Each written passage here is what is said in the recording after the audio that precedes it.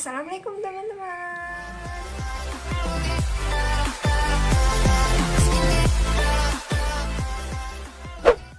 Balik lagi bareng aku, Dwiana Agustina. Kali ini teman-teman udah tahu kan kita bakalan bahas apa? Ya, bener banget teman-teman. Hari ini kita bakalan bahas seputar pramuka. Simak terus ya videonya.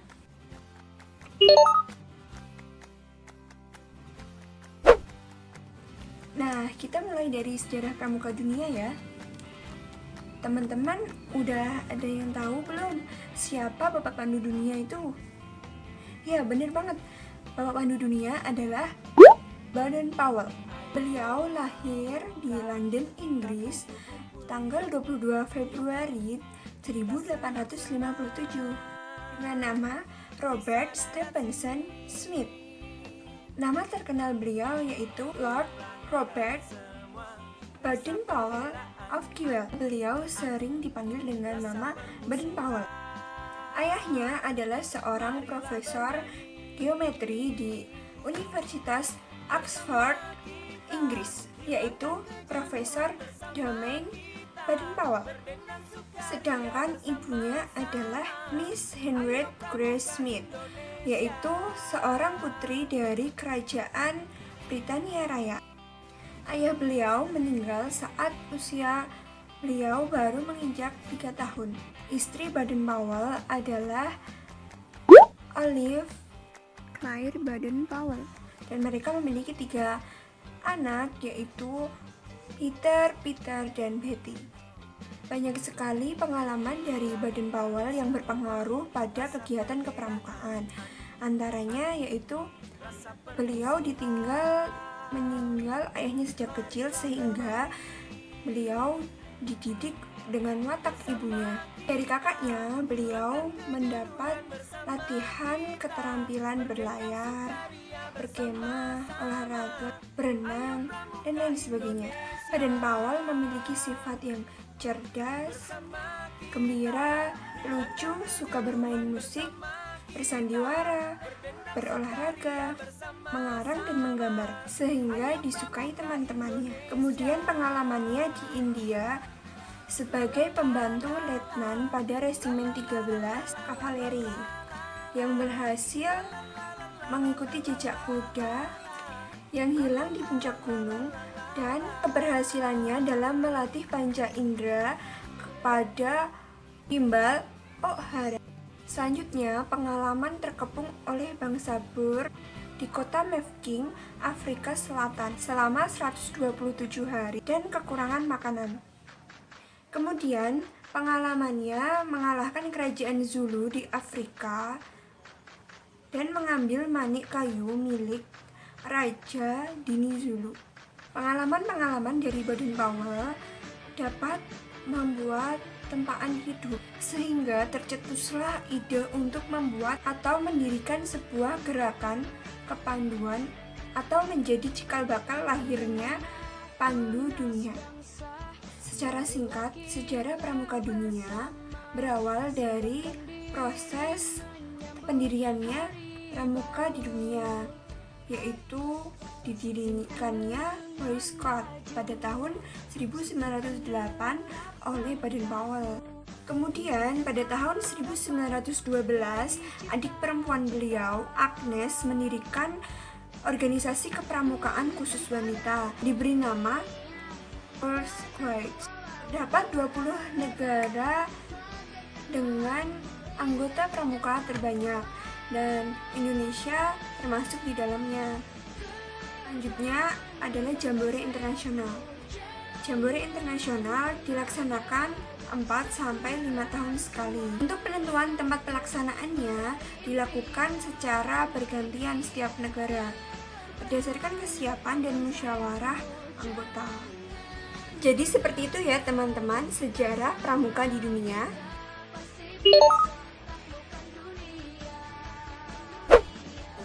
Setelah sejarah pramuka dunia, pembahasan kita berlanjut pada sejarah pramuka Indonesia.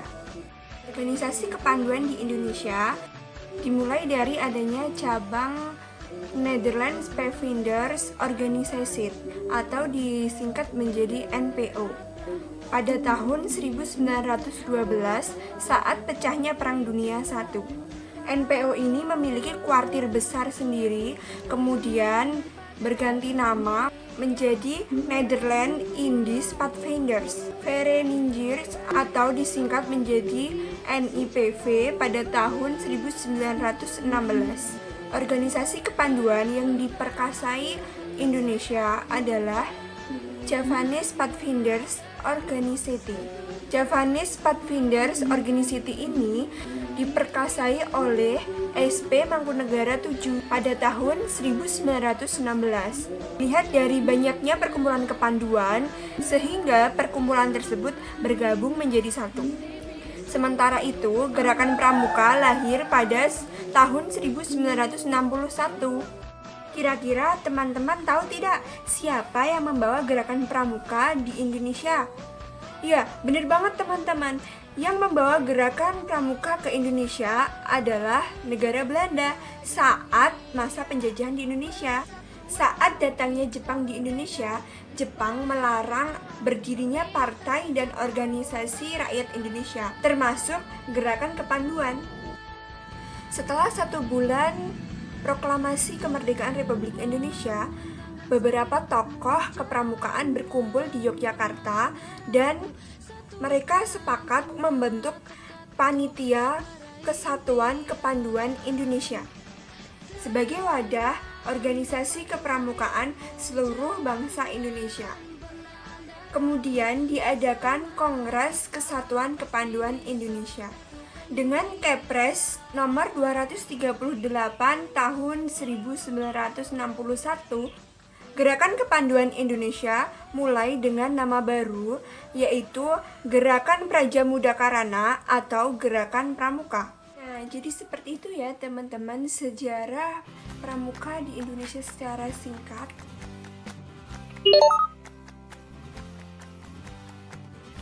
Setelah sejarah pramuka di Indonesia, maka pembahasan kita selanjutnya yaitu Pramuka Penggalang.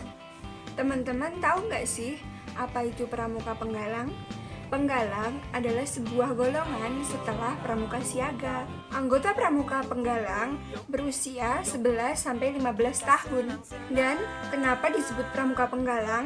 Disebut Pramuka Penggalang karena sesuai dengan penggalangan perjuangan bangsa Indonesia, yaitu ketika rakyat Indonesia bersatu dan menggalangkan dirinya untuk mencapai kemerdekaan dengan adanya peristiwa bersejarah, yaitu Kongres Pemuda Indonesia yang disebut dengan Sumpah Pemuda pada tahun 1928.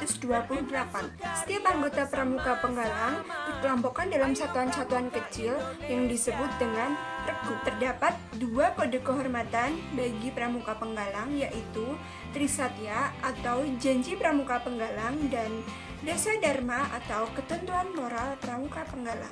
Trisatya Pramuka berbunyi, demi kehormatanku, aku berjanji akan bersungguh-sungguh. 1. Menjalankan kewajibanku terhadap Tuhan, Negara Kesatuan Republik Indonesia, dan mengamalkan Pancasila. 2. Menolong sesama hidup dan ikut serta membangun masyarakat. 3. Menepati Dasa Dharma. Dasa Dharma Pramuka. Pramuka itu 1. Takwa kepada Tuhan Yang Maha Esa. 2. Cinta alam dan kasih sayang sesama manusia. 3. Patriot yang sopan dan kesatria. 4. Patuh dan suka bermusyawarah. 5. Rela menolong dan tabah. 6. Rajin, terampil dan gembira. 7. Hemat, cermat dan bersahaja. 8. Disiplin, berani dan setia. 9. Bertanggung jawab dan dapat dipercaya. 10.